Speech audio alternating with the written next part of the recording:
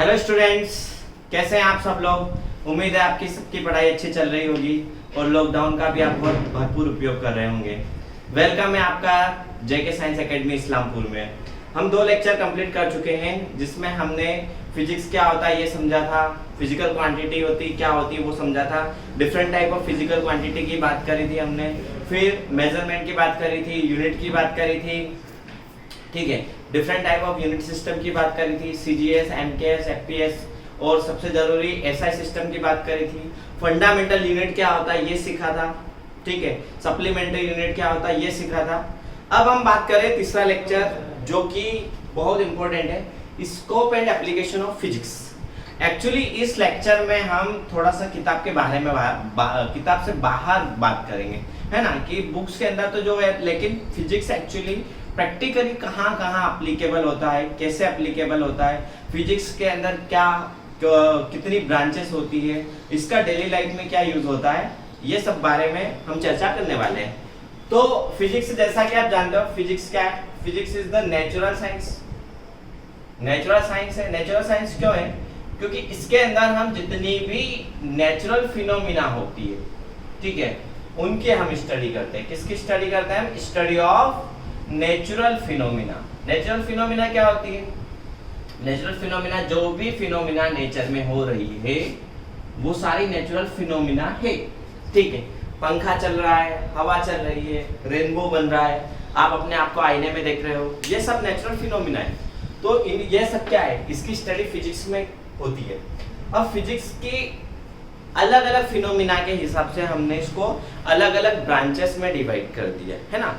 तो फिजिक्स की ब्रांच की बात करें, ब्रांच या सेगमेंट्स की बात करें, ब्रांचेस ऑफ फिजिक्स या सेगमेंट ऑफ फिजिक्स, ठीक है, फिजिक्स के ये पार्ट है, ठीक है। जैसे हर सब्जेक्ट होता है तो उसके अलग अलग पार्ट होते हैं। आप केमिस्ट्री पढ़ते हो तो उसके 3 पार्ट होते हैं, ऑर्गेनिक, फिजिकल, इनऑर्गेनिक।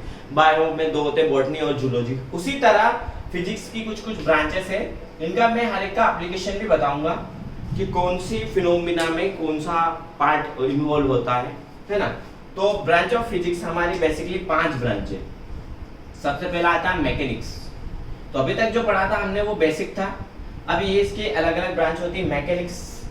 उसके बाद आता आपका थर्मोडायनेमिक्स, ठीक है, थर्मोडायनेमिक्स। उसके बाद आता आपका ऑप्टिक्स। उसके बाद आता आपका इलेक्ट्रोमैग्नेटिज्म,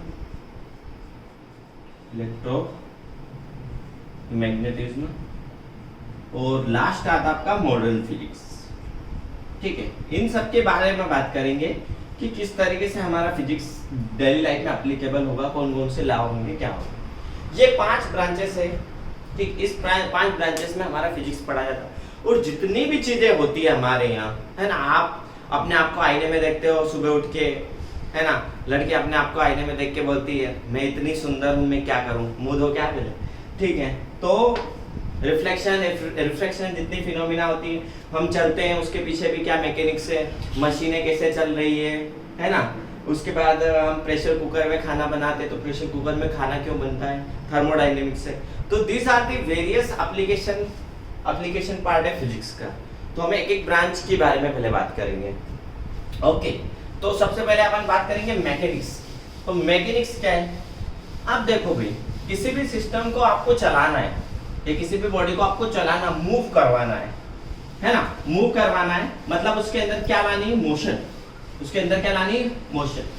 तो मोशन वर्ड आया मैकेनिक्स से। मोशन वर्ड किससे आया? Mechanics, okay.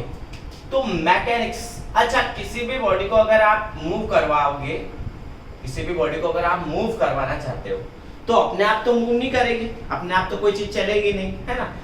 कोई भी बॉडी को अगर चलाना है तो अपने आप तो चलेगी नहीं, उसको कुछ ना कुछ आपको फोर्स या एनर्जी देनी पड़ेगी, कुछ ना कुछ फोर्स और एनर्जी देनी पड़ेगी, है ना।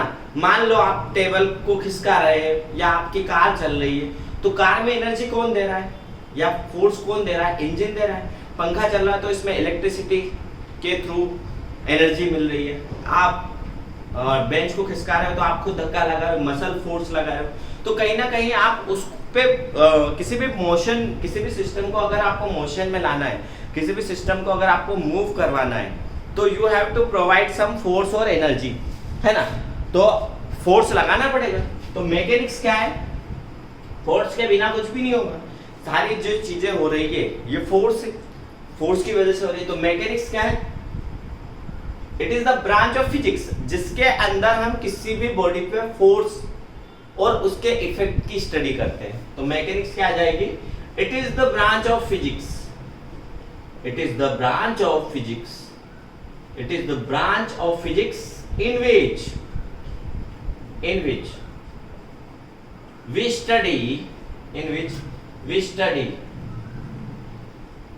the force and effect of force की भी स्टडी करेंगे और फोर्स का इफेक्ट भी स्टडी करेंगे, effect of force on A system और बॉडी, ऑन ए बॉडी। अब ये फोर्स क्या होता है, फोर्स एक ऐसा पैरामीटर है या ऐसे एक फिजिकल क्वांटिटी है जो कि किसी भी बॉडी की स्टेट चेंज कर सकता है। स्टेट चेंज कर सकता है मतलब रेस्ट में बॉडी तो उसको मूव करवा सकता है और मूव करती हुई बॉडी को रोक सकता है, मोशन करती हुई बॉडी की डायरेक्शन चेंज कर सकता है ना, चलती हुई बॉडी को स्लो कर सकता है, उसकी स्पीड कम कर सकता है, उसकी स्पीड बढ़ा सकता है, उसकी डायरेक्शन चेंज कर सकता है मोशन की, ठीक है। टर्न करवाना तो भी आपको फोर्स लगाना पड़ेगा, ठीक है। किसी भी बॉडी का शेप और साइज चेंज कर सकता है ना, जैसे मान लो कोई रबर है तो रबर को आप खींचोगे तो रबर की लेंथ चेंज हो जाएगी, शेप चेंज हो जाएगा, साइज चेंज हो जाएगा। तो फोर्स क्या है, फोर्स एक ऐसी फिजिकल क्वांटिटी या ऐसा पैरामीटर है जो किसी भी बॉडी को या तो उसकी स्टेट चेंज कर देगा, रेस्ट से मोशन में लाएगा, मोशन से रेस्ट में लाएगा, स्पीड कम ज्यादा कर सकता है, डायरेक्शन ऑफ मोशन चेंज कर सकता है और उस बॉडी के शेप और साइज को चेंज करवा सकता है। तो इफेक्ट का, फोर्स का इफेक्ट क्या क्या हो सकता है, फोर्स का इफेक्ट, फोर्स के इफेक्ट, इफेक्ट ऑफ फोर्स, आप ये बोल सकते हो इफेक्ट्स ऑफ फोर्स, फोर्स के क्या क्या इफेक्ट है। तो इफेक्ट्स ऑफ फोर्स, तो फोर्स के क्या क्या इफेक्ट हो सकते हैं। फोर्स किसी भी बॉडी को क्या करवा सकता है, मूव करवा सकता है, यानी मोशन करवा सकता है, चलती हुई बॉडी को मूव करवा सकता है और रुकी हुई बॉडी को चला सकता है, तो मोशन रेस्ट करवा सकता है। फिर डायरेक्शन ऑफ मोशन चेंज करवा सकता है, direction of motion can be change by force, ठीक है। बॉडी का शेप चेंज कर सकता है और बॉडी का साइज चेंज करवा सकता है ना, साइज भी चेंज करवा सकता है। किसी भी बॉडी पे आप रबर को फोर्स लगाओगे तो रबर का साइज चेंज हो जाएगा, लेंथ चेंज हो जाएगी। तो इसका मतलब क्या है, ये फोर्स है। तो इस फोर्स का बॉडी, फोर्स के टाइप कितने टाइप के होते हैं, आपने बहुत सारे टाइप के फोर्स पढ़े होंगे, ग्रेविटेशन फोर्स पढ़ा होगा आपने, फ्रिक्शन फोर्स पढ़ा होगा, है ना, सेंट्रीपिटल फोर्स पढ़ा होगा आपने, इलेक्ट्रोस्टैटिक फोर्स पढ़ा होगा, मैग्नेट का फोर्स पढ़ा होगा। तो डिफरेंट टाइप ऑफ फोर्सेस हम स्टडी करेंगे मैकेनिक्स में और उन फोर्सेस का क्या इफेक्ट है, उन फोर्सेस के इतने इफेक्ट हो सकते हैं। अच्छा, किसी बॉडी को आप रोटेट भी बोल सकते हो, आप फोर्स किसी बॉडी को रोटेट कर सकता है, मतलब वो मोशन के अंदर ही आ जाएगी, मूव करना सीधे तो रोटेट भी करवा सकता है। तो these are the effect of force. तो फोर्स समझ में आया, फोर्स क्या है, फोर्स एक ऐसा एक्सटर्नल पैरामीटर है, ऐसी एक फिजिकल क्वांटिटी है जो कि किसी भी बॉडी को मोशन से रेस्ट में ला सकता है, रेस्ट से मोशन में ला सकता है, रुकी हुई बॉडी को चला सकता है, चलती हुई बॉडी को रोक सकता है, चलती हुई बॉडी की डायरेक्शन चेंज कर सकता है, किसी भी बॉडी के शेप और साइज में चेंज करवा सकता है। तो फोर्स सबसे ज्यादा इंपॉर्टेंट पूरे फिजिक्स में फोर्स है, क्योंकि फोर्स के बिना कोई भी फिनोमिना होना मुश्किल ही नहीं, नामुमकिन है। जैसे डॉन को पकड़ना मुश्किल ही नहीं, नामुमकिन है, उसी तरह। अब बात करके फोर्स समझ गए, मैकेनिक्स क्या है, study of force and effect of force on a body. बहुत बढ़िया, ठीक है, बहुत बढ़िया। अब मैकेनिक्स जो है, अब बात करेंगे भाई आपने किसी बॉडी पे फोर्स लगाया, आपने किसी बॉडी पे फोर्स लगाया, मान लो मैं इस पे फोर्स लगा रहा हूँ, दीवार पे फोर्स लगा रहा हूँ, तो क्या है दीवार चलेगी? नहीं चलेगी, है ना। लेकिन आपने किसी कार पे धक्का दे दिया 4-5 जनों ने मिलके, तो कार मोशन में हो सकती है, आ जाएगी। इसका मतलब आप किसी बॉडी पे फोर्स लगा रहे हो तो वो बॉडी मूव भी कर सकती है और नहीं भी कर सकती है। मतलब फोर्स लगाने के दौरान जब आप फोर्स लगा रहे हो तो वो बॉडी उस टाइम रेस्ट में भी हो सकती है और वो बॉडी मोशन में भी हो सकती है। तो इस बेसिस पे मैकेनिक्स को, अब देखो ये फिजिक्स की पहली ब्रांच है, अब इसकी भी सब ब्रांचेस हो गई, इसकी भी क्या हो गई, सब ब्रांचेस हो गई। तो मैकेनिक्स को डिवाइड किया गया 2 पार्ट्स में। मैकेनिक्स को कितने पार्ट में डिवाइड किया गया, 2 पार्ट्स, यानी कि टाइप्स ऑफ मैकेनिज्म की बात करें तो क्लासिफिकेशन ऑफ मैकेनिज्म की बात करें, मैकेनिक्स, ठीक है, यहीं से मशीन वर्ड भी आया। तो मैकेनिक्स को डिवाइड कर सकते हैं आप 2 पार्ट में, है ना, जब बॉडी रुकी रहे और जब बॉडी मोशन में आ जाए। आपने फोर्स लगाया तब बॉडी या तो रुकी रहेगी या मोशन में रहेगी, है ना। तो अगर बॉडी रुकी रहेगी तो उसको हम कहते हैं स्टैटिक्स। स्टैटिक्स का मतलब क्या है, रुका हुआ, स्टेशनरी। और या तो बॉडी काय में आ जाएगी, मोशन, तो मोशन को कहते हैं डायनेमिक्स, मूव करना। ओके, तो स्टैटिक्स क्या आ जाएगी, स्टडी ऑफ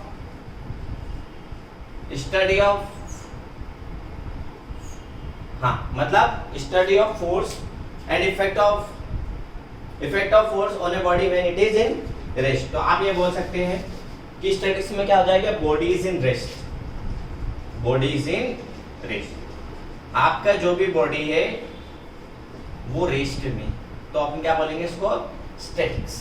डायनेमिक्स में क्या हो जाएगा, बॉडी इज इन मोशन, सीधी सी बात है, बॉडी इज इन मोशन। अब जैसे मान लो तुम दीवार को धक्का लगा रहे हो, ये दीवार है, रिजिड है भाई, ये है ना, आप इसको धक्का लगा रहे हो, फोर्स लगा रहे हो, क्या ये मोशन करेगी, नहीं करेगी, इसका मतलब ये काय में, रेस्ट में। तो हम इसको स्टैटिक्स में पढ़ने वाले, स्टैटिक्स के अंदर आ जाएगा, है ना। मान लो आपके घर में बीम में कॉलम होता है, ये बीम है, बीम के नीचे सपोर्ट दे रखा आपने कॉलम का, ऊपर से लोड आ रहा है, तो लोड की वजह से क्या ये बीम मूव कर रहा, नीचे नहीं, मूव नीचे करने लग जाएगा तो फिर आपकी फाइल लिपट जाएगी, है ना, टूट जाएगा ये। तो ये कॉलम इसको सपोर्ट दे रहे हैं, तो ये पूरा मामला क्या है, पूरा स्ट्रक्चर इक्विलिब्रियम में या स्टैटिक्स में, कहीं नहीं जा रहा है। मोशन में भाई कोई भी बॉडी मूव कर रही, कार मूव कर रही है, पंखा मूव कर रहा है, कूलर चल रहा है, जितनी भी चीजें चल रही है वो डायनेमिक्स में। अब देखो 2 बातें, इसको भी फर्दर 2 पार्ट में डिवाइड किया गया। अब देखो, अगर आपने सिर्फ इफेक्ट की स्टडी करी, मतलब उस फोर्स ने उस बॉडी के अंदर क्या इफेक्ट लाया, उस फोर्स ने उस बॉडी के ऊपर क्या इफेक्ट लगाया, क्या उस फोर्स की वजह से उस पर क्या इफेक्ट आया, तो आप, एक केस हो गया। दूसरा केस हो गया कि उस फोर्स की वजह, भाई वो फोर्स आया कहां से, उसका रीजन, 2 चीजें हो गई ना, फोर्स की बातें, 2 बातें हो गई भाई। फोर्स का एक तो क्या हो जाएगा, उसका इफेक्ट, कारण, और दूसरा उस फोर्स का रीजन, सॉरी, इफेक्ट मतलब प्रभाव, और रीजन मतलब उसका कारण, किस कारण से वो फोर्स आया, उसका क्या कॉज है, उस फोर्स को किसने प्रोड्यूस किया, किस वजह से वो फोर्स आया। तो अगर सिर्फ आप इफेक्ट की स्टडी करते हो तो this branch is called kinematics, this branch is called kinematics. तो काइनेमेटिक्स में क्या आ जाएगा, only effect of force, only effect of force is studied, ठीक है, ये काइनेमेटिक्स में आ जाएगा। और काइनेटिक्स में क्या आ जाएगा, cause of force as well as effect of force. मतलब अगर आप सिर्फ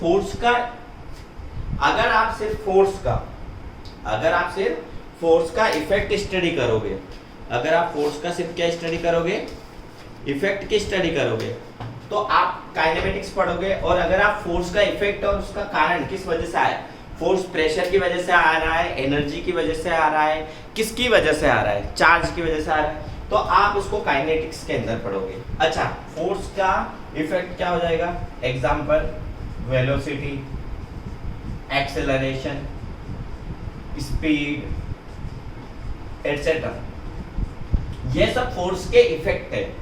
ये क्या है, सब फोर्सेस के इफेक्ट है। काइनेटिक्स के अंदर आप उसका कॉज पढ़ोगे। फोर्स का कारण क्या होगा, फोर्स का कारण एक तो फोर्स हो जाएगा, दूसरा एनर्जी हो जाएगा, एनर्जी की वजह से, प्रेशर की वजह से, बहुत सारी वजह है। तो ये फिजिकल क्वांटिटी हम किस में पढ़ने वाले हैं, काइनेटिक्स में। ठीक है। तो मैकेनिक्स फिजिक्स की वो ब्रांच है जिसके अंदर हम फोर्स और फोर्स का इफेक्ट की स्टडी करते हैं कि वो फोर्स बॉडी के ऊपर क्या इफेक्ट लगा रहा है। अब मैकेनिक्स को दो पार्ट में डिवाइड किया गया है, स्टैटिक्स और डायनेमिक्स।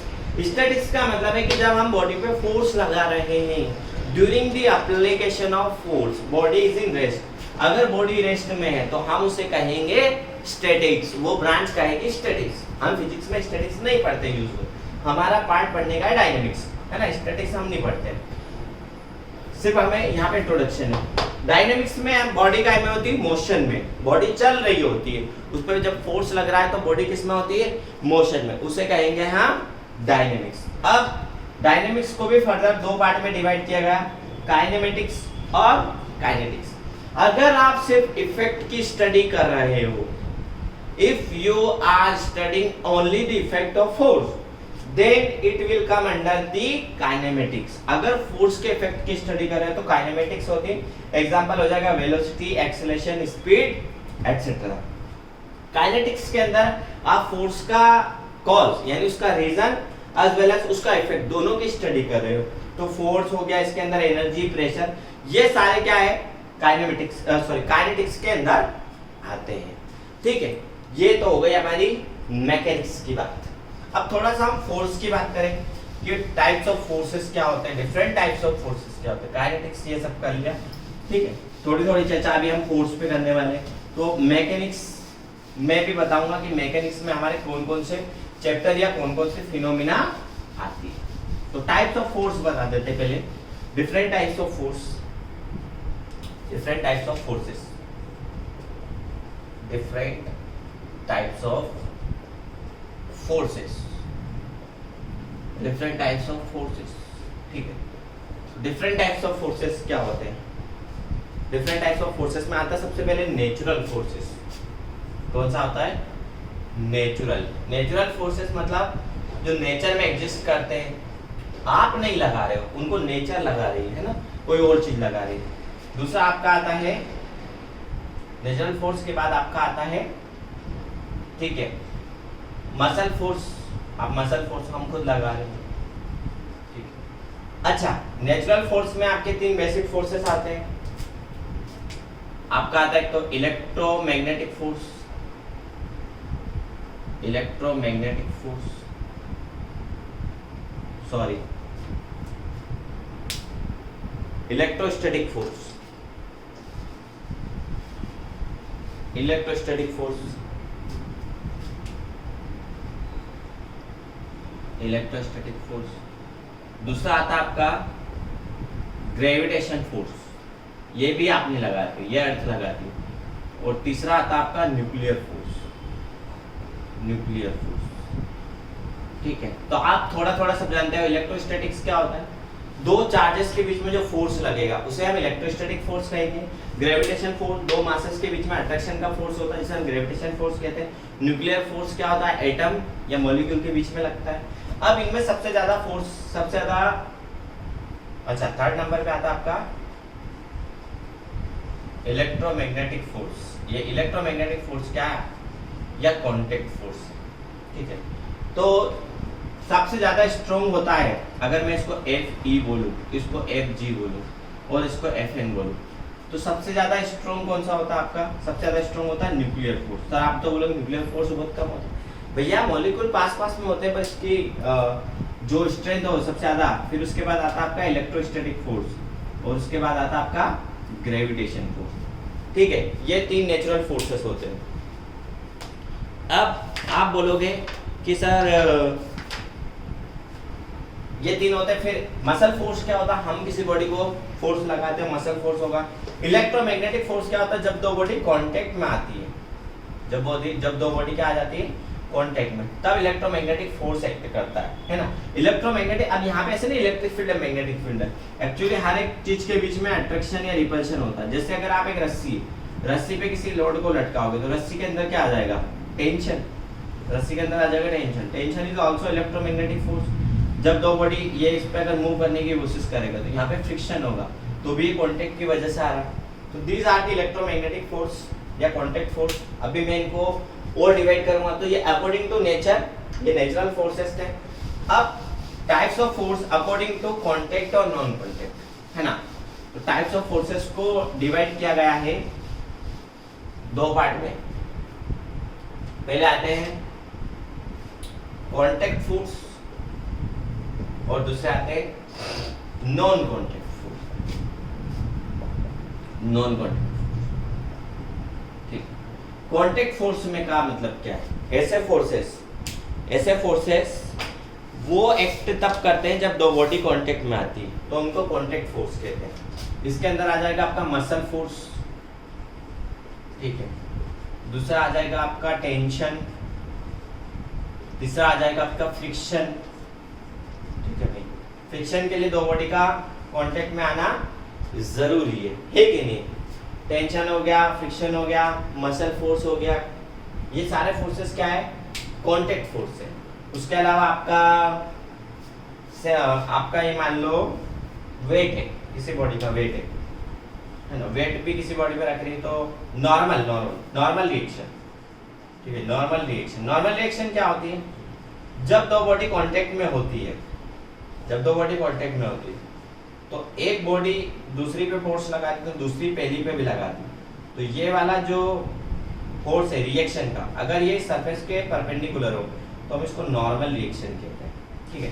तो ये 2 नंबर, 3 नंबर और 4 नंबर, टेंशन, फ्रिक्शन और नॉर्मल रिएक्शन मिला के कहलाता है आपका इलेक्ट्रोमैग्नेटिक फोर्स, ठीक। अब ये मत समझना यहाँ पे इलेक्ट्रॉन है भाई, रस्सी को छुएंगे तो करंट लग जाएगा, ना। रस्सी के अंदर क्या होता है? बारीक ऐसे पार्टिकल है, तो और पार्टिकल के बीच में एक अट्रैक्शन का फोर्स है, इलेक्ट्रोमैग्नेटिक अट्रैक्शन है। सिमिलरली जब आप हथेली को घिसते हो या आप चलते तो आपके जूते घिस जाते हैं, तो कांटेक्ट फोर्स आया, फ्रिक्शन आया, तो वो भी किसकी वजह से आया? मॉलिक्यूल के कांटेक्ट की वजह से। जहां भी कांटेक्ट में कोई चीज है वहां पे इलेक्ट्रोमैग्नेटिक फोर्स शामिल है। नॉर्मल रिएक्शन भी तभी एग्जिस्ट करेगा। कोई बॉडी अगर हवा में तो नॉर्मल रिएक्शन आएगा ही नहीं, क्योंकि उस पर कोई रिएक्शन ही नहीं लगाएगा। क्यों नहीं लगाएगा? क्योंकि वो किसी पे एक्शन ही नहीं लगाए। हवा में तो वहां पे नॉर्मल आने के लिए दोनों बॉडी का टच में होना जरूरी है। तो कांटेक्ट फोर्स ऐसे है कि जब दो बॉडी टच में होती, जब दो बॉडी कांटेक्ट में होती, तो जो फोर्स लगता है उन दोनों बॉडी के बीच में, this is called contact force, है ना। तो कांटेक्ट फोर्स का अपना अलग ही इफेक्ट है। अब आते हैं नॉन कांटेक्ट फोर्स, है ना। नॉन कांटेक्ट फोर्स यानी कि जब दो बॉडी कांटेक्ट में नहीं हो तब भी उस पर अगर फोर्स लगेगा तो हम उसको बोलेंगे नॉन कांटेक्ट फोर्स। तो इसके अंदर आता आपका इलेक्ट्रोस्टैटिक फोर्स। कौन सा? Electrostatic force. उसके बाद आता आपका मैग्नेटिक फोर्स, ठीक है। मैग्नेटिक फोर्स भाई, दो चार्ज पार्टिकल है एक दूसरे से वो कुछ दूरी पर कांटेक्ट में नहीं, तब भी वो एक दूसरे को अट्रैक्ट या रिपेल करेंगे। अगर सेम नेचर हुआ तो रिपेल करेंगे, और अपोजिट नेचर हुआ प्लस और माइनस, अपोजिट वाले में प्यार हो जाता है। तो खींचे मुझे कोई डोर तेरी ओर, एक दूसरे को खींच लेंगे। फिर मैग्नेटिक फोर्स जैसे चुंबक होती, चुंबक की तरह चिपक जाएगी, ये एनए से और ये बी एनए से, तो ये दोनों एक दूसरे को खींचेंगे, अट्रैक्शन हो जाएगा, ठीक है। तो इनमें क्या हो जाएगा? Magnetic force. अब चाहे दो या भी ये कांटेक्ट में हो या ना हो, कांटेक्ट में हो तो भी फोर्स लगेगा। मतलब इनके बीच में फोर्स लगने के लिए कांटेक्ट में होना जरूरी नहीं है, ठीक है। तीसरे नंबर पे आता आपका ग्रेविटेशन फोर्स, जीएफ, ठीक है भैया। हमारे लिए ग्रेविटेशन का मतलब, जीएफ का मतलब ग्रेविटेशन फोर्स है ना। हम इतने शरीफ है कि हमारे लिए जीएफ मतलब ग्रेविटेशन फोर्स है। तो जीएफ मतलब क्या समझ रहे हो? Gravitation force. तो ग्रेविटेशन फोर्स क्या है भाई? ग्रेविटेशन फोर्स हर बॉडी में लगता है, ऐसा नहीं।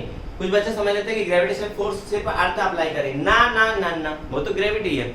ग्रेविटेशन फोर्स किन्हीं भी दो बॉडी के बीच में लगता है, ठीक है। तो मान लो अर्थ और बॉडी के बीच में लग रहा है, ये दो बॉडी के बीच में लग रहा है ना। इस बोर्ड और मेरे बीच में भी ग्रेविटेशन फोर्स है, लेकिन बहुत कम है। मैं भी इसको खींच रहा हूँ, ये भी मेरे को खींच रहा है, पर बहुत कम खींच रहा है। लेकिन बॉडी बहुत ज्यादा फोर्स से खींचती है ना, बहुत ज्यादा एक्सेलरेशन से खींचती है।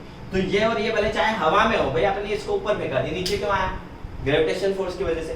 क्या इसको कोई रस्सी लेने आई धरती में? सारे कोई हाथ आया, रस्सी आई, उसको खींच के लाई? नहीं, ऊपर नहीं आएगा तो नीचे आ ना। ये खुद अपनी मर्जी से गया, मतलब फेंका हमने, मर्जी से नहीं गया, ये आया अपनी मर्जी से, मतलब इसको किसी ने खींचा। यहाँ पे कोई तो है, कुछ तो गड़बड़ है, पता करो। यहाँ पे कोई इनविजिबल एक शक्ति, अदृश्य शक्ति है, और वो अदृश्य शक्ति कोई और नहीं, जीएफ है। अब तुम तो मालूम है भाई, जीएफ के पास वो ताकत होती है जो सबको खींच लेती है। ग्रेविटेशन फोर्स की बात कर रहा हूँ, फिर गलत सोच रहे हो। ठीक है, तो जीएफ अपनी तरफ खींचती है, बुलाती है मगर जाने का नहीं। ठीक है, कब बुलाती है मगर जाने का नहीं। तो ग्रेविटेशन फोर्स, अब ये देखो, ये तीनों फोर्सेस जब कांटेक्ट में बॉडी नहीं थी, जब दो बॉडी के बीच में कांटेक्ट नहीं था, तब भी ये फोर्स लग रहा था। इसका मतलब ये फोर्स कैसा हुआ? ये नॉन कांटेक्टिंग फोर्स हुआ। मित्रों, यहाँ पर फोर्स लगाने के लिए बॉडी का कांटेक्ट में आना जरूरी नहीं है, इसलिए हम इनको नॉन कांटेक्टिंग फोर्स कहते हैं। नॉन कांटेक्टिंग फोर्स हो गए तीन।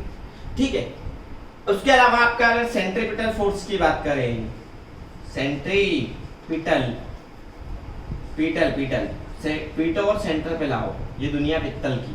तो सेंट्रीपिटल या सेंट्रीफ्यूगल फोर्स होते हैं, ये भी बॉडी पे अपने आप आते हैं। अपने आप आते मतलब भाई ये बॉडी घूम रही है, इस पे सेंट्रीपिटल फोर्स है, तो कांटेक्ट में आया थोड़ी क्या, तभी इस पे फोर्स लग रहा है। ये है ना, ऐसे पंखा घूम रहा है, इसके ऊपर सेंट्रीपिटल फोर्स है, कोई पार्टिकल है उसके ऊपर भी सेंट्रीपिटल फोर्स है, भाई घूम रहा है, किसी एक्सिस के अबाउट घूम रहा है, तो ये इसके अबाउट, जैसे मान लो कि ये इसके अबाउट घूम रहा है, उसके बीच में कांटेक्ट नहीं है, तभी इस पे सेंट्रीपिटल फोर्स आया कि नहीं आया? अच्छा, ये जो तीन फोर्सेस है, दिस आर कॉल्ड, ये तीनों फोर्सेस मिलके कहलाते हैं आपके फील्ड फोर्स। यहाँ पे फील्ड होती है, जैसे वाईफाई होता है ना, वैसे इन फोर्सेस की एक रेंज होती है। जैसे वाईफाई की रेंज होती है, वैसे इन सबकी एक रेंज है। This are called field forces. Field जैसे इलेक्ट्रोस्टैटिक फील्ड, इलेक्ट्रिक फील्ड होगी, मैग्नेटिक फील्ड होगी, ग्रेविटेशन फील्ड होगी। ओके, तो this are the basic type of force. अब फोर्स के बाद थोड़ा सा एनर्जी की बात कर लेते हैं, है ना। मैकेनिक्स के अंदर फोर्स है, एनर्जी है, ये दो मेन चीजें। तो एनर्जी क्या होती है भाई? एनर्जी किसकी वजह से आती है? एनर्जी फोर्स की वजह से आती है, फोर्स एनर्जी की वजह से आते हैं, है ना। एक्चुअली फोर्स एनर्जी की वजह से आता है। तो एनर्जी क्या होती है? एनर्जी भाई, आपको कोई भी काम करना है तो एनर्जी चाहिए, बिना एनर्जी के काम होने वाला नहीं है ना। आपके पास एनर्जी नहीं है, आप कुछ काम ही नहीं कर पाओगे। बोलो एनर्जी नहीं, भूख लगी, खाना खाते हो, एनर्जी मिलती है, फिर काम करते हो। तो एनर्जी क्या है? एनर्जी, कोई भी एनर्जी क्यों होगी? कोई भी सिस्टम के पास एनर्जी, एनर्जी का क्या करोगे? एनर्जी से हम उसको यूज करेंगे, मोशन में वर्क करवाएंगे उस सिस्टम से, है ना। तो एनर्जी क्या हो जाएगी? Energy is the capacity to do work. Energy is the capacity to do work. अच्छा, कोई बच्चे पूछ रहा था spring force. Spring force contact है, नॉन कॉन्टैक्टिंग? कॉन्टैक्टिंग फोर्स है भैया, इलेक्ट्रोमैग्नेटिक, स्प्रिंग जुड़ी हुई है ना। ठीक है, energy is the capacity to do work. अब टाइप्स ऑफ एनर्जी देखो, वैसे तो 36 प्रकार की एनर्जी होती है, बट बात करें मैकेनिकल एनर्जी, है ना, तो मैकेनिकल एनर्जी दो टाइप की होती है। टाइप्स ऑफ एनर्जी, तो मैकेनिकल एनर्जी दो टाइप की होती है। एक होती है potential energy, PE, full form लिख लेंगे, और दूसरा होती है काइनेटिक एनर्जी। पोटेंशियल एनर्जी क्या होती है? पोटेंशियल एनर्जी और काइनेटिक एनर्जी, ठीक है, काइनेटिक एनर्जी। पोटेंशियल एनर्जी जब कोई बॉडी की पोजीशन चेंज होती है, व्हेन द पोजीशन चेंजेस, जब कोई बॉडी एक स्टेशनरी पोजीशन से दूसरी स्टेशनरी पोजीशन में जाती है ना। बॉडी यहाँ थी, यहाँ से उठा के यहाँ रख दी, अब यहाँ पे भी स्टेशनरी थी, यहाँ पे भी स्टेशनरी। व्हेन पोजीशन चेंजेस, और बॉडी स्टेशनरी रहेगी पोजीशन चेंज होने के पहले और पोजीशन चेंज होने के बाद। और जब बॉडी मोशन में हो, मूव कर रही है, उसके पास velocity, when the body is in motion, जब बॉडी मोशन में होगी तब उसके पास कौन सी एनर्जी होगी? काइनेटिक एनर्जी होगी, ठीक है। अब अलग अलग टाइप के पोटेंशियल एनर्जी हो जाएगी, अलग अलग अगर सिस्टम है, जैसे अगर आप इलेक्ट्रोस्टैट पे लगाओगे तो इलेक्ट्रोस्टैटिक पोटेंशियल एनर्जी हो जाएगी, ग्रेविटेशन पे लगाओगे तो ग्रेविटेशन पोटेंशियल एनर्जी हो जाएगी, ठीक है। हम जो एमजीएस पढ़ते थे वो ग्रेविटेशन पोटेंशियल एनर्जी। स्प्रिंग पे अगर आप बात करोगे तो स्प्रिंग की पोटेंशियल एनर्जी हो जाएगी, है ना। काइनेटिक एनर्जी भी सेम, अगर आप घूमती बॉडी के लिए करोगे तो रोटेशनल काइनेटिक एनर्जी हो जाएगी, ठीक है। तो जैसा फोर्स का नेचर होगा उस टाइप की आपकी एनर्जी हो जाएगी, है ना। तो अलग अलग टाइप की एनर्जी आपकी हो जाएगी। अगर आप हीट की बात करोगे तो आपके पास थर्मल एनर्जी हो जाएगी। तो this are the two types of energy, mechanical energy, potential energy and kinetic energy. तो ये आपका मैकेनिक्स में इतनी सारी चीजें पढ़नी। अब मैकेनिक्स में कौन कौन से चैप्टर आते हैं मैकेनिक्स के अंदर, वो थोड़ा सा एक बात कर लेते हैं कि मैकेनिक्स कौन कौन से हमारे चैप्टर्स में आती है। तो मैकेनिक्स के आपके क्या क्या चैप्टर आते हैं 11th और 12th। तो वैसे तो सीबीएसई बोर्ड अगर है तो उसमें पूरी की पूरी मैकेनिक्स आपकी 11th में है, लेकिन अगर आपका महाराष्ट्र बोर्ड है या और कुछ बोर्ड है तो आधी मैकेनिक्स 11th में है, आधी मैकेनिक्स 12th में। मैकेनिक्स के अंदर क्या क्या चैप्टर आता है, मैकेनिक्स के अंदर आपका आता है काइनेमेटिक्स, बता चुका हूँ। काइनेमेटिक्स के अंदर आ जाएगी आपकी जितने भी टाइप्स ऑफ मोशन है 1D और 2D मोशन। उसके बाद आपका फोर्स एंड एनएलएम, ठीक है, Newton's law of motion and force आ जाएगा। उसके बाद आपका आ जाएगा सर्कुलर मोशन है, ठीक। उसके बाद आ जाएगा आपका work, power and energy, work, power and energy. उसके बाद आपका आ जाएगा, ठीक है, रोटेशन मोशन हो गया, सर्कुलर मोशन हो गया, रोटेशन मोशन, सर्कुलर मोशन, ठीक है। उसके बाद आपका आ जाएगा सेंटर ऑफ मास वगैरह आ जाएगा। उसके बाद आ जाएगा आपका ग्रेविटेशन, ठीक है। ये सारे चैप्टर आपको आगे की क्लास में पढ़ने हैं। इसमें से कुछ कुछ चैप्टर आपने 8, 9, 10 में पढ़ा होगा। काइनेमेटिक्स के अंदर मोशन पढ़ते हैं, है ना, तो मोशन भी आपने कुछ पढ़ रखा होगा, न्यूटन्स लॉ भी पढ़ रखे होंगे थोड़े बहुत, वर्क पावर भी पढ़ रखा होगा, ठीक है। रोटेशन नहीं पढ़ा होगा कोई बात नहीं, ग्रेविटेशन भी पढ़ रखा होगा 9th या 10th में। उसके बाद आपका आ जाएगा properties of solid. Solid material की कुछ प्रॉपर्टी होती है, जैसे उसको खींच देते हैं, इलास्टिसिटी, ये सब होता है उसके अंदर, शेप चेंज होता है, ओरिजिनल शेप में आ जाता है। उसके बाद आपका आ जाएगा प्रॉपर्टीज ऑफ फ्लूइड। फ्लूइड की क्या क्या प्रॉपर्टी होती है, तो फ्लूइड की प्रॉपर्टी होती है, फ्लूइड के अंदर प्रेशर होता है, विस्कोसिटी होती है, सरफेस टेंशन होता है ना, ये सब फ्लूइड की प्रॉपर्टी है। फ्लूइड की प्रॉपर्टी अलग अलग थ्योरम, बर्नौली थ्योरम वगैरह की, बोयेंसी होती है ना, एक लोहे की कील पानी में डूब जाती है, लेकिन उसी लोहे का बना हुआ शिप, जहाज पानी के अंदर नहीं डूबता, ऐसा क्यों, बोयेंसी, आर्किमिडीज प्रिंसिपल। तो प्रॉपर्टीज ऑफ फ्लूइड हो गई। उसके बाद अपन बात करेंगे, ठीक है, प्रॉपर्टीज ऑफ फ्लूइड के बाद बात करेंगे हम आपकी पीरियोडिक मोशन या एसएचएम। एसएचएम क्या होती है, ऑसिलेशन, एसएचएम एंड ऑसिलेशन, ठीक है, ऑसिलेशन या एसएचएम। एसएचएम क्या होती है, सिंपल हार्मोनिक मोशन। जैसे आपका जो पेंडुलम होता है, घड़ी में देख रहे हो, तो पीरियोडिक मोशन है, सिंपल पेंडुलम वाली मोशन। एसएचएम हो गई ऑसिलेशन, यानी कि टू एंड फ्रो, आगे पीछे जैसे झूला होता है उस टाइप की मोशन। उसके बाद आ जाएगी आपकी वेव्स, ठीक है, वेव्स के अंदर आपकी साउंड वेव्स आ जाएगी, ट्रांसफर वेव हो जाएगी, अलग अलग टाइप की आपकी वेव्स आ जाएगी, ठीक है। तो ये 9-10 चैप्टर जो है आपको मैकेनिक्स में पढ़ने पड़ेंगे 11th या 12th क्लास में, है ना, या हो सकता है कि दोनों में, मोस्टली 11th में ही पढ़ाते हैं। तो this are the chapter related to mechanics. इसलिए आपको इन सारे चैप्टर में फोर्स और इसके पूरे एप्लीकेशन, फोर्स और उसके इफेक्ट की स्टडी यहाँ पे आपको मिलेगी, ठीक है। मैकेनिक्स के बाद हम बात करें, मैकेनिक्स थोड़ा सा बड़ा सेगमेंट है। मैकेनिक्स के बाद हम नेक्स्ट पे मूव करते हैं। मैकेनिक्स के बाद आता है आपका थर्मोडायनेमिक्स, ठीक है। मैकेनिक्स के बाद सेकंड पे आता है आपका थर्मोडायनेमिक्स, है ना, सेकंड ब्रांच है जो फिजिक्स की, वो है थर्मोडायनेमिक्स। तो थर्मो प्लस डायनेमिक्स, थर्मो का मतलब होता है हीट और डायनेमिक्स का मतलब होता है वर्क। तो ये क्या हो जाएगा, वर्क और हीट का इंटरेक्शन, यानी वर्क हीट में कन्वर्ट हो सकती है, हीट वर्क में कन्वर्ट हो सकता है। तो किस तरीके से हीट वर्क में कन्वर्ट होगी, वर्क हीट में कन्वर्ट होगा, इसकी हम स्टडी करेंगे। किसके अंदर, इसकी स्टडी करेंगे हम थर्मोडायनेमिक्स में। अब थर्मोडायनेमिक्स में क्या होता है, इसके एप्लीकेशन बता दूं। आपके हीट इंजन होते हैं, हीट इंजन होते हैं जितने भी आपके गाड़ी के इंजन होते हैं, 2 स्ट्रोक 4 स्ट्रोक, आईसी इंजन, है ना, आईसी इंजन हो गए।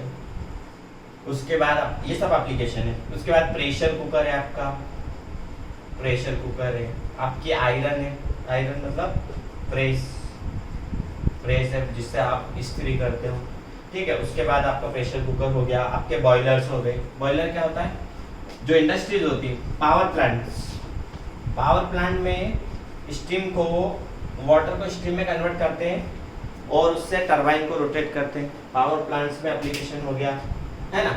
उसके अलावा आप खाना बना रहे हो, कुकिंग में, वो बता ही चुका हूँ मैं। तो these are the various application, heat transfer, आपकी गाड़ी में रेडिएटर होता है गाड़ी को ठंडा करने के लिए, ठीक है। फ्रिज का वर्किंग, तो हीट ट्रांसफर हो गया। फिर कैलोरीमेट्री, तो ये सब इसके प्रैक्टिकल एप्लीकेशन है थर्मोडायनेमिक्स के, बहुत सारे एप्लीकेशन है ना। अब हीट क्या होती है? हीट एक ऐसी एनर्जी है जो कि टेम्परेचर डिफरेंस की वजह से एक जगह से दूसरी जगह पे जाती है। अच्छा, टेम्परेचर क्या है? टेम्परेचर एक्चुअली एक पैरामीटर है जो भी किसी भी डिग्री की हॉटनेस और कोल्डनेस को बताता है, ठीक है। फिर डिग्री ऑफ फ्रीडम, हम गैसेस की बात करेंगे। तो कौन कौन से चैप्टर हम थर्मोडायनेमिक्स के अंदर पढ़ने वाले हैं? Which are the topics we will cover, which are the chapters we will cover in the thermodynamics. तो थर्मोडायनेमिक्स के अंदर सबसे पहले हम पढ़ते हैं आपका टेम्परेचर एंड हीट क्या होते हैं, हीट के टाइप्स पढ़ते हैं, ठीक है। हम भाप लेते तो हमें गर्म ज़्यादा लगता है, गर्म पानी से ज़्यादा भाप लगती है, ठीक है। कैसे फेस चेंज होती है, आइस वाटर में, वाटर आइस में, मेल्टिंग हो गया है ना, मेल्टिंग ऑफ आइस हो गया, फ्रीजिंग ऑफ वाटर हो गया, ठीक है, बॉइलिंग ऑफ वाटर हो गया, गर्म पानी गर्म करना, वेपर में कन्वर्ट करना, टेम्परेचर एंड हीट। उसके बाद आ जाएगा आपका कैलोरीमेट्री, उसके बाद आ जाएगा आपका हीट ट्रांसफर, उसके बाद आ जाएगा आपका kinetic theory of gases state,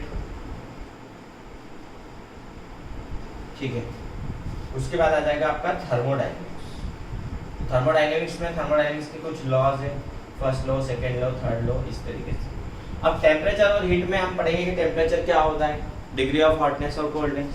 अलग अलग टाइप के थर्मोमीटर होते हैं। थर्मोमीटर क्या, measurement of temperature, Celsius scale होता है आपका, फ़ारेनहाइट स्केल होता है, केल्विन स्केल होता है। जब आप डॉक्टर के पास जाते हो, फीवर हो गया, डॉक्टर के पास जाते हो, डॉक्टर क्या करता है, थर्मोमीटर से, डॉक्टर ही थर्मोमीटर होता है, आपका टेम्परेचर चेक करता है। फिर वो होता है 98, 99, 100। वो डिग्री सेल्सियस में नहीं है ना, डिग्री सेल्सियस में तो बहुत ज़्यादा हो जाएगा। वो एक्चुअली किस में रहता है, वो डिग्री फ़ारेनहाइट में रहता है। तो अलग अलग टाइप के स्केल पढ़ेंगे हम, टेम्परेचर स्केल या थर्मोमीटर पढ़ेंगे, उनका आपस में रिलेशन पढ़ेंगे कि एक दूसरे को कैसे कन्वर्ट करना है। हीट के टाइप पढ़ेंगे, सेंसिबल हीट होती है, लेटेंट हीट होती है। कैलोरीमेट्री में क्या हो जाएगा, मेजरमेंट ऑफ स्पेसिफिक हीट या दूसरी टाइप की हीट। कैलोरीमेट्री में हम मेजरमेंट करेंगे हीट का। कुछ लॉज होते हैं मिक्सचर के, कि जब दो बॉडी को तो मिक्स कर दोगे तो फाइनल टेम्परेचर कितना होगा, वो सब हम कैलकुलेशन करने वाले हैं हायर स्टडीज में। हीट ट्रांसफर के 3 तरीके होते हैं, कंडक्शन, कन्वेक्शन और रेडिएशन। कितने तरीके से हीट ट्रांसफर हो सकती है? There are 3 ways to transfer heat. पहला क्या, कंडक्शन। जैसे मान लो आपकी सॉलिड बॉडी रॉड है, तो इस पर अगर हीट ट्रांसफर करना है तो इसको गर्म कर दो, ये पहला तरीका हो जाएगा। दिस इज कॉल्ड कंडक्शन, है ना, जिसमें मीडियम की जरूरत होती है। कन्वेक्शन में क्या होता है, जैसे आप पानी गर्म करते हो तो नीचे का पानी गर्म होकर ऊपर आता है, ऊपर वाला ठंडा पानी नीचे चला जाता है, तो ये वाली प्रोसेस हो जाएगी आपकी कन्वेक्शन, जिसमें मीडियम मतलब मीडियम की जरूरत होती है, पार्टिकल अपनी पोजीशन चेंज कर रहे हैं। कंडक्शन में पार्टिकल अपनी पोजीशन चेंज नहीं कर रहे। रेडिएशन क्या होता है, जैसे सन से लाइट आती है अपने पास, सन से हीट आ रही, ये रेडिएशन हो गया। जब खाना बनाते हैं हम तो बर्तन को रखते हैं तो नीचे से फ्लेम या आंच लगती रहती है उसको, वो भी रेडिएशन हो गया। तो ये ट्रांसफर के तरीके क्या है वो सब हम पढ़ने वाले हैं। काइनेटिक थ्योरी ऑफ गैसेस में क्या होता है, भाई किसी भी गैस को गर्म किया तो उसका टेम्परेचर बढ़ेगा तो मॉलिक्यूल को एनर्जी मिलेगी और वो आपस में टकराएंगे, मोशन करेंगे। वो उसमें क्या क्या होता है, उनकी डिग्री ऑफ फ्रीडम क्या होगी, है ना, फाइनल टेम्परेचर, प्रेशर क्या होगा। इसमें हम लॉ पढ़ेंगे, बायल्स लॉ, चार्ल्स लॉ, कि प्रेशर बढ़ाने पे वॉल्यूम में क्या इफेक्ट आता है, वॉल्यूम बढ़ाने पे टेम्परेचर में क्या इफेक्ट आता है। एवोगैड्रो का कुछ लॉ पढ़ेंगे, मिक्सचर वाला लॉ पढ़ेंगे। उसके अलावा इनमें एक आइडियल गैस और रियल गैस क्या होती है वो भी पढ़ेंगे, और सबसे जरूरी आइडियल गैस इक्वेशन पढ़ेंगे, वो सब आगे पढ़ने वाले हैं। थर्मोडायनेमिक्स में हम पढ़ने वाले हैं कि भाई एक थर्मोडायनेमिक सिस्टम क्या होता है, टाइप्स ऑफ सिस्टम पढ़ेंगे हम, है ना, कितने टाइप के हमारे सिस्टम होते हैं। उसके बाद थर्मोडायनेमिक्स के हम लॉ पढ़ेंगे, first law of thermodynamics, zeroth law of thermodynamics, जिससे हम टेम्परेचर मेजरमेंट करते हैं, थर्मोमीटर कैसे बनाते हैं हम। उसके बाद आपका फर्स्ट लॉ पढ़ेंगे, फर्स्ट लॉ में क्या होगा, एनर्जी कंजर्वेशन। हीट किस तरीके से वर्क में कन्वर्ट हो रही, कितना पार्ट कन्वर्ट हो रहा है, कुछ अलग अलग टाइप की प्रोसेस होगी कि भाई हम किसी भी गैस को कैसे गर्म कर सकते हैं, कैसे उसको एनर्जी दे सकते हैं, उसका प्रेशर कांस्टेंट रख के, उसका वॉल्यूम कांस्टेंट रख के, उसका टेम्परेचर कांस्टेंट रख के, या बिना हीट ट्रांसफर करे, अलग अलग तरीके की प्रोसेस हम पढ़ेंगे। फिर सेकेंड लॉ आपको बता देगा कि कौन हायर ग्रेड है या कौन ज़्यादा लेवल की एनर्जी, कौन कम लेवल की एनर्जी, इफिशियंसी की बात आ जाएगी। यहाँ पे हम जितने भी हीट इंजन है या जितने भी मशीन है जो कि थर्मल एनर्जी से चलती है, उनकी हम इफिशियंसी की बात करेंगे। इफिशियंसी क्या हो जाएगी, कितना आपने आउटपुट दिया, कितना इनपुट दिया। तो कोई भी मशीन होती है उसकी एफिशिएंसी 100% नहीं होती, कुछ ना कुछ लॉसेस होते। तो कौन कौन से लॉसेस होंगे वो सब हम सेकेंड लॉ में पढ़ेंगे। थर्ड लॉ आपको बता देगा कि अगर टेम्परेचर हमारा बिल्कुल सबसे लोएस्ट टेम्परेचर हो गया मान लो 0 केल्विन, तो 0 केल्विन पे जितने भी गैस है, मॉलिक्यूल है, कोई भी चीज है दुनिया की, उसकी मोशन क्या हो जाएगी, 0, यानी सारे मॉलिक्यूल रेस्ट में हो जाएंगे। तो थर्ड लॉ हो गया।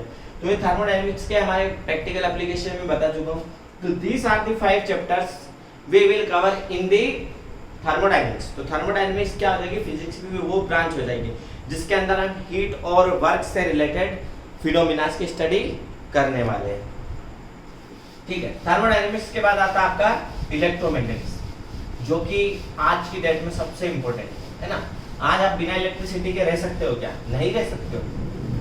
आप एक दिन नहीं नहाओगे चलेगा, खाना नहीं खाओगे चलेगा, एक दिन लाइट अगर बंद हो जाएगी, सब बंद, गर्मी लगेगी आपको, बेचैन हो जाओगे, लाइट नहीं रहेगी, अंधेरा हो जाएगा, ठीक है, मोबाइल नहीं चलेगा, आपके लैपटॉप वगैरह चार्ज नहीं रहेगा, तो कहाँ से चलेंगे।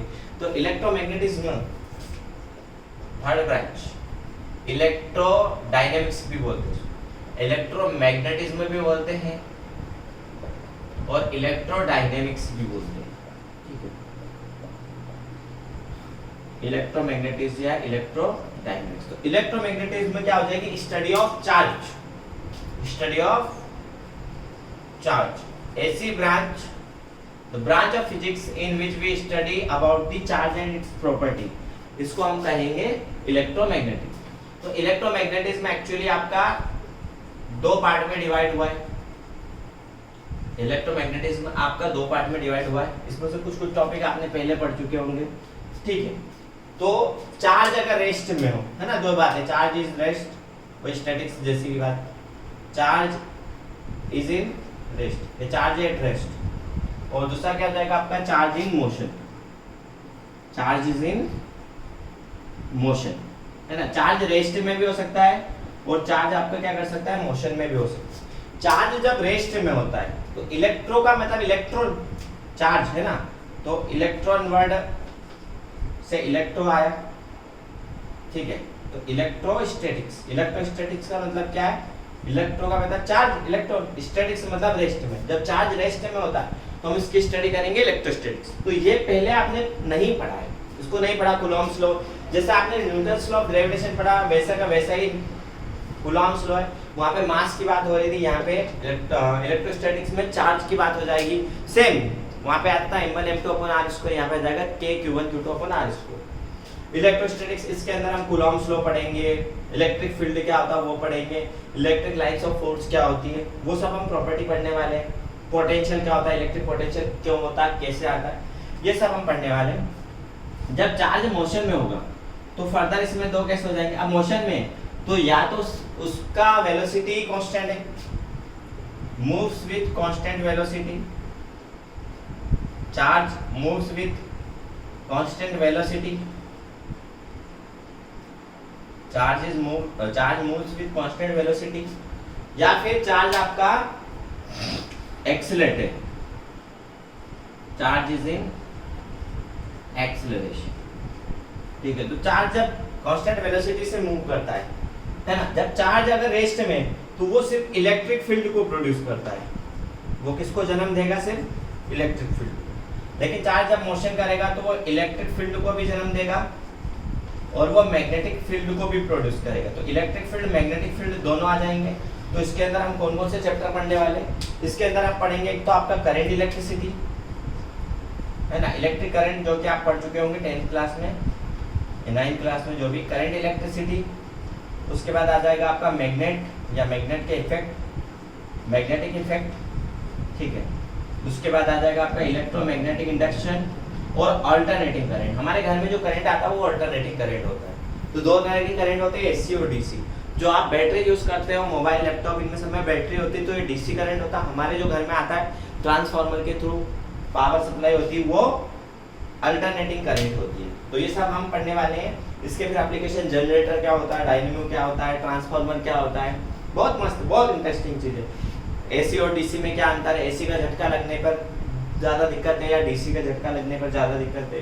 सेल के हम टाइप पढ़ेंगे, सेल का कॉम्बिनेशन पढ़ेंगे, रेजिस्टेंस क्या होता है, ओम्स लॉ, ये सब हम पढ़ चुके हैं और आगे भी पढ़ने वाले हैं। ठीक है। चार्जिंग एक्सीलरेशन, तो इसके अंदर आपकी वेव बनती है, तो ये बन जाएगी आपकी इलेक्ट्रोमैग्नेटिक वेव्स। इलेक्ट्रिक फील्ड और दोनों मैग्नेटिक फील्ड बन जाएंगे तो इलेक्ट्रोमैग्नेटिक वेव्स। तो जितने भी हमारे कम्युनिकेशन होते हैं, रेडियो वेव है ना, माइक्रोवेव, आपकी लाइट, विजिबल लाइट, ये सब क्या इलेक्ट्रोमैग्नेटिक वेव है। आपकी एक्सरे करवाते हो, अल्ट्रावायलेट रे, ये सब एक ईएम वेव, इलेक्ट्रोमैग्नेटिक वेव। तो इलेक्ट्रिक फील्ड और मैग्नेटिक फील्ड प्रोड्यूस करते हैं ईएम वेव, और ईएम वेव के सारे एप्लीकेशन है कम्युनिकेशन में, आपके टीवी में, रेडियो में, इंटरनेट में, एक्सरे आप करवाते हो, आप देखते हो। ये लाइट भी क्या है, विजिबल लाइट, ये भी इलेक्ट्रोमैग्नेटिक वेव्स है। तो this is the also important chapter EM. तो इलेक्ट्रोमैग्नेटिक्स या इलेक्ट्रोडायनेमिक्स में हम इतना सारा पढ़ने वाले हैं। उसके बाद हम आते हैं नेक्स्ट ब्रांच पे, दिस इज कॉल्ड ऑप्टिक्स। तो ऑप्टिक्स ये थोड़ा सा बड़ा ब्रांच है, ठीक। इसमें बता देंगे कि ऑप्टिक्स का भी क्या क्या एप्लीकेशन है, क्या क्या यूज होना है, कहाँ पे कैसे क्या ऑप्टिक्स में हम पढ़ने वाले हैं। तो ऑप्टिक्स के अंदर आता आपका, ऑप्टिक्स क्या हो जाएगी, स्टडी ऑफ लाइट, है ना। लाइट कौन सा, विजिबल लाइट की बात करें। अब इसको भी दो पार्ट में डिवाइड किया गया है, अलग अलग फिनोमिना आती है तो अलग अलग। ऑप्टिक्स, स्टडी ऑफ लाइट, इसको भी दो पार्ट में बांटा गया है, रे ऑप्टिक्स और वे ऑप्टिक्स। रे और वे, रे और वे। भाई कुछ साइंटिस्ट का मानना था कि लाइट रे मतलब लाइट पार्टिकल से मिलकर बना है, अभी तक ये पहली सुलझी नहीं है। कुछ साइंटिस्ट का मानना है कि लाइट पार्टिकल से मिलकर बना है, कुछ साइंटिस्ट का मानना है कि लाइट वेव से मिलकर बना है। अलग अलग साइंटिस्ट ने, न्यूटन ने बोला कि रे ऑप्टिक्स में हम लाइट को मान सकते हैं कि पार्टिकल से। हाइगेन वगैरह जो साइंटिस्ट है उन्होंने बोला कि लाइट वेव से मिलकर बना है, ठीक है, वेव नेचर है।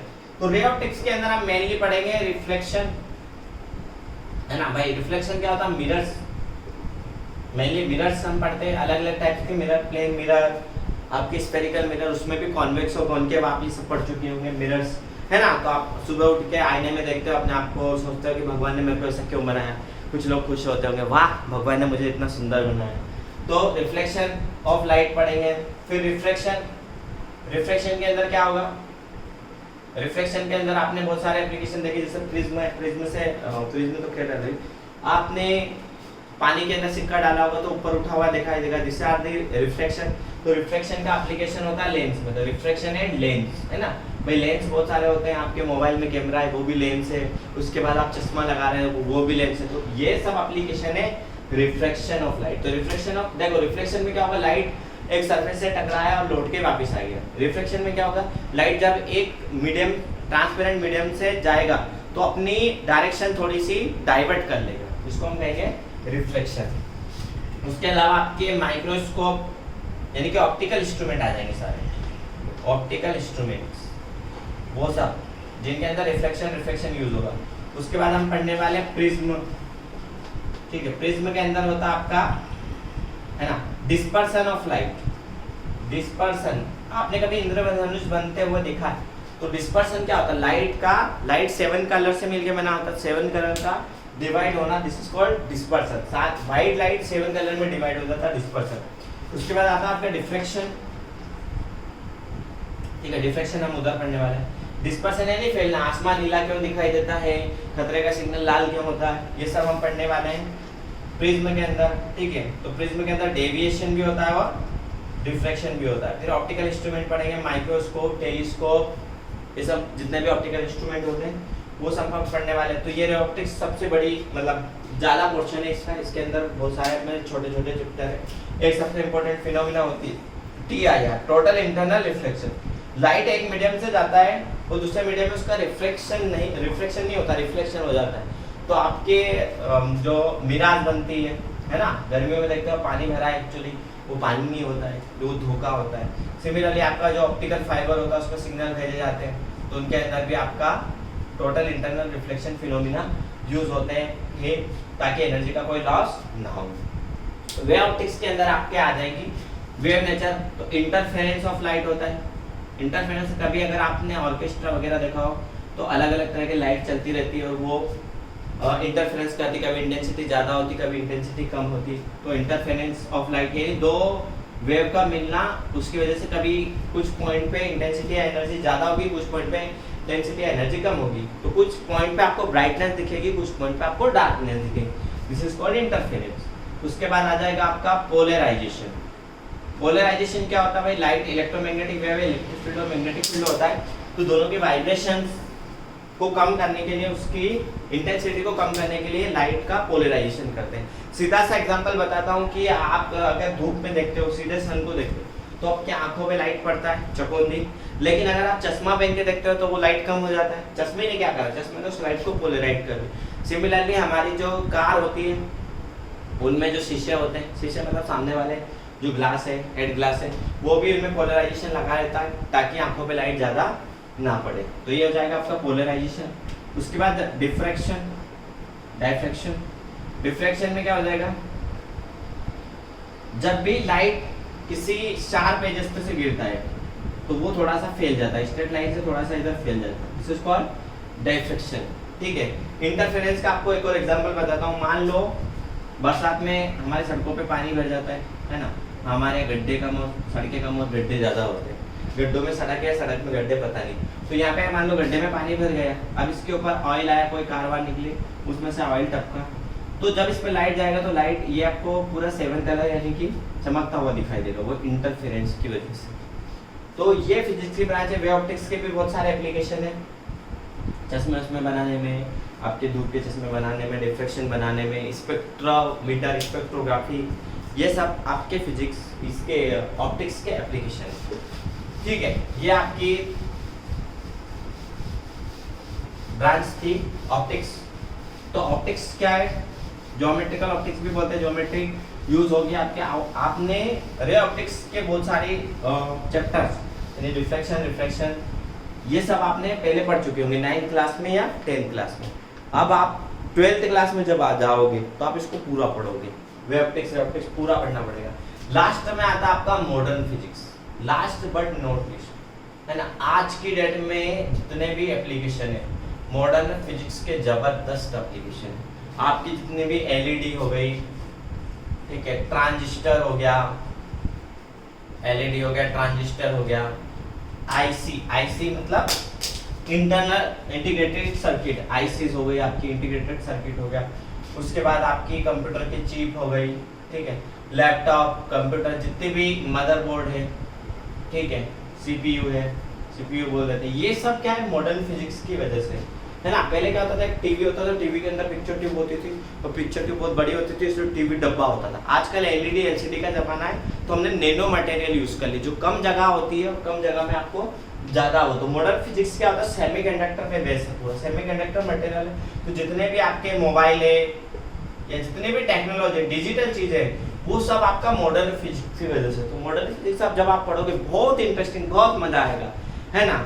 डायोड क्या होता है, एलईडी क्या होता है, ट्रांजिस्टर क्या होता है, आईसी क्या होता है, चिप क्या होता है, मोबाइल कैसे वर्क करता है, कम्युनिकेशन कैसे होता है, ये सब हम पढ़ेंगे इसके अंदर मॉडर्न फिजिक्स के अंदर। अब इसको मॉडर्न क्यों बोला गया है कि भाई ये जितनी भी अपन ने ब्रांचेस पढ़ी थी ये सब पहले यूज होती थी 19th सेंचुरी तक, लेकिन 19th और 20th सेंचुरी में बहुत रिसर्च हुए फिजिक्स के अंदर, बहुत सारी नई चीजें पता चली। मोबाइल का जमाना आया, कंप्यूटर का जमाना आया, सुपर कंप्यूटर का जमाना आया, नैनो मटेरियल का जमाना है। तो इसको मॉडर्न फिजिक्स, नया है, मॉडर्न है भैया, है ना, मॉडर्न है, अपडेट है ना। अपन बोलते ना कोई ये लड़का बहुत मॉडर्न है, अपडेटेड। मॉडर्न फिजिक्स के अंदर हम क्या क्या पढ़ने वाले? हम सबसे पढ़ने वाले हैं ड्यूअल नेचर ऑफ लाइट। जैसा कि मैंने अभी तुमको ऑप्टिक्स में बताया था कि लाइट के दो नेचर होते हैं, वेव नेचर और रे नेचर। तो ड्यूअल नेचर ऑफ लाइट हो जाएगा। उसके बाद आपका सबसे इंपॉर्टेंट फोटो इलेक्ट्रिक इफेक्ट, जिसके लिए आपके आइंस्टाइन साहब को नोबेल प्राइज मिला था। Photo electric effect, photo electric effect क्या होता है? जब भी किसी सरफेस पे, मेटल की सरफेस पे एक सूटेबल फ्रीक्वेंसी या सूटेबल एनर्जी का लाइट गिरता है तो इससे इलेक्ट्रॉन का एमिशन होता है। This is called photo electric effect. उसके बाद आपका आता है एटम एंड न्यूक्लियस। वैसे केमिस्ट्री में आप पढ़ चुके होंगे या आगे पढ़ने वाले हैं। एटम क्या होता है, न्यूक्लियर क्या होता है, क्या radio activity phenomena. Radio activity भी बहुत जबरदस्त फिनोमिना होती है। कुछ मटेरियल रेडियो एक्टिव होते हैं, ठीक है, जैसे आपका यूरेनियम हो गया, प्लूटोनियम हो गया, रेडियम, है ना। ये सब क्या है, आपके रेडियो एक्टिव मटेरियल है। इनके बहुत सारे एप्लीकेशन है। आपकी न्यूक्लियर फिजन प्रोसेस, सन में एनर्जी कहाँ से आ रही है, एटम बम कैसे बनाते हैं, बनाना नहीं है, साले पाकिस्तानी हो क्या एटम बम बनाओगे। उसके बाद आपका आता है, जी हाँ, सेमीकंडक्टर मटेरियल, जिसका तुम्हें था इंतजार। सेमीकंडक्टर मटेरियल, इसमें आप पढ़ोगे सेमीकंडक्टर क्या होता है, कंडक्टर क्या होता है, एनर्जी गैप क्या होता है, सेमीकंडक्टर मटेरियल के कितने टाइप होते हैं, ठीक है, सेमीकंडक्टर मटेरियल के अलग अलग टाइप होते हैं, क्या है। उसके बाद आप डायोड वगैरह इसके अंदर पढ़ोगे। डायोड हो गया आपका, है ना, पीएन जंक्शन डायोड हो गया, ट्रांजिस्टर हो गया आपका। उसके बाद आप आईसीस वगैरह पढ़ोगे, इंटीग्रेटेड सर्किट। और लास्ट में आप पढ़ोगे लॉजिक गेट्स। लॉजिक गेट्स क्या होता है भाई, जितनी भी हमारी मशीन्स होती है, जैसे कंप्यूटर की बात करें, मोबाइल की बात करें, तो हमारी लैंग्वेज नहीं समझता है, उसकी एक अलग ही लैंग्वेज होती है, मशीन लैंग्वेज या बाइनरी लैंग्वेज। तो 2 डिजिट पे काम करता है, 0 और 1 पे। 0 मतलब ऑफ और 1 मतलब ऑन, या लो सिग्नल हाई सिग्नल, या ऑफ ऑन, ऐसा भी बोल सकते हैं। तो मशीन जो होती है उसको हम पर्टिकुलर प्रोग्रामिंग करते हैं, उसको कमांड देते हैं, तो उसका जो आउटपुट है उसको हम पढ़ते हैं। इनपुट आउटपुट कैसे देंगे, उसकी कोडिंग होती है, उसको हम पढ़ते हैं लॉजिक गेट्स में। लॉजिक का मतलब क्या है, लॉजिक लगाना भाई कि इस चीज को पास होने देना, नहीं होने देना, क्या एक्शन लेना, दिस इज कॉल्ड लॉजिक, है ना भाई। इसको क्या बोलते हैं, लॉजिक। भाई जैसे कि मान लो आपको गर्मी लग रही है तो आपने तुरंत पंखा चालू कर दिया, दिस इज लॉजिक, एक्शन ले लिया आपने, तो लॉजिक। और गेट का मतलब क्या होता है, गेट का मतलब है पास करना, दरवाजा। तो ये रोक भी सकता है, पास भी करवा सकता है। अगर दरवाजा खुला रहेगा तो पास करवा देगा, नहीं रहेगा तो दरवाजा खुला नहीं रहेगा तो रोक लेगा। तो अलग अलग टाइप के आपके गेट होंगे, एंड गेट, और गेट, नॉट गेट, ये सब हम डिटेल में पढ़ने वाले हैं अगली कक्षा मतलब 11th और 12th में। तो मोस्टली ये जो सेमीकंडक्टर या मॉडर्न फिजिक्स है वो 12th में पढ़ाई जाती है, और बहुत इंपॉर्टेंट चैप्टर आपके बोर्ड के लिए भी, जेईई या नीट एग्जाम्स के लिए भी। तो this are the 5 segment of physics. इनका कहाँ कैसे यूज होता है, इनके अंदर कौन कौन से चैप्टर है, ये आपको मैं बता चुका हूँ। तो जब आप एक्चुअल 11th की क्लासेस स्टार्ट करोगे, इधर कहीं पे भी आप 11th की क्लासेस स्टार्ट करोगे, या फिर कुछ बच्चे 12th की स्टार्ट कर रहे हैं, तो आपको पहले पता होना चाहिए, go through with this video, आपको बताना चाहिए कि हम क्या क्या पढ़ने वाले हैं। भाई जिसको पढ़ने वाले हैं उसके बारे में थोड़ा बहुत पता होना चाहिए। और जब आप एक्चुअल 11th की क्लासेस अटेंड करोगे, 11th में आओगे, तो आपको ये सारे जो चैप्टर है पूरा डिटेल में with numerical, theory, concept, formula, board के हिसाब से, जेईई के हिसाब से ओवरऑल आपको यहाँ पे तैयारी करवाई जाएगी, है ना। तो यहाँ पे ये तो क्या आपको बेसिक चीजें बताई। जब आप यहाँ आओगे तो आपको हम पूरा डिटेल में एक एक चीज बताएंगे। मैकेनिक्स में हम फोर्स पूरा डिटेल में पढ़ेंगे, है ना। तो थैंक यू, और कैसा लगा आप बताना, बाय।